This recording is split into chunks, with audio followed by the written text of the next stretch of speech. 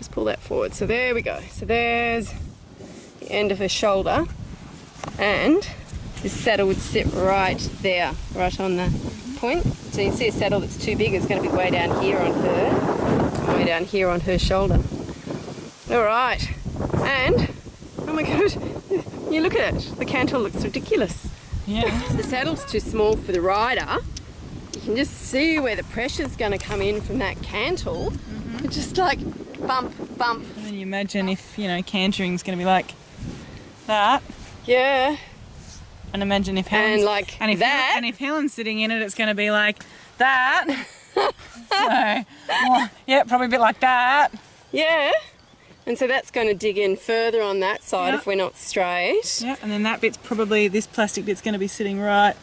Yeah, at an angle, which would be right on her spinous processes. No wonder we get horses with sore backs. Get him. Go. That's what Holly thinks. Alright, so on Truzy, we've got the gullet digging into the shoulder. There's the end of his scapula, so it's digging into the back of the scapula. We've got the seat belt fastened that when he moves, we won't be able to move his forequarters properly. We've got it downhill on him, and we've got, with the rider there, we've got bridging. And the bridging, the rocking, is partly due to the shape of the cantle. See that? It doesn't make contact.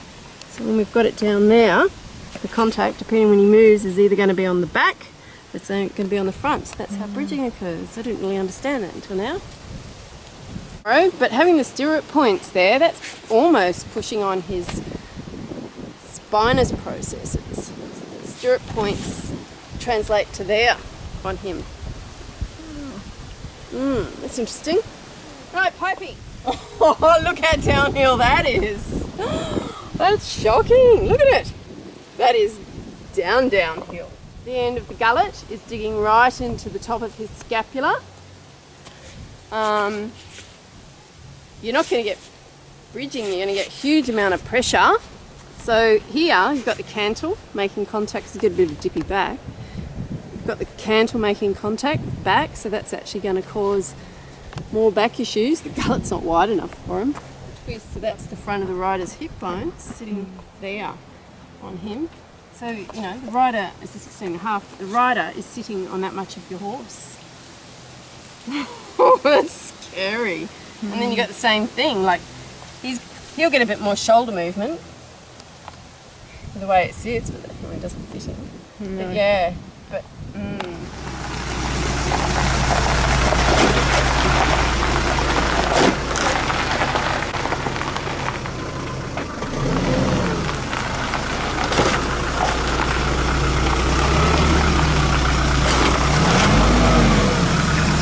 still intact.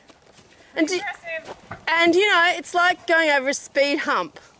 There's very little give in it. We can slow it down to, like, you know, super slow motion, and you'll see that this has no flex in it whatsoever. It's terrible. In your driveway. I know. It deserves to live. It does deserve to live. After seeing this, I'm not so sure I'd want something so hard that doesn't give on my horse's back anymore. No. No. Would you like it on yours? You want to try it? No.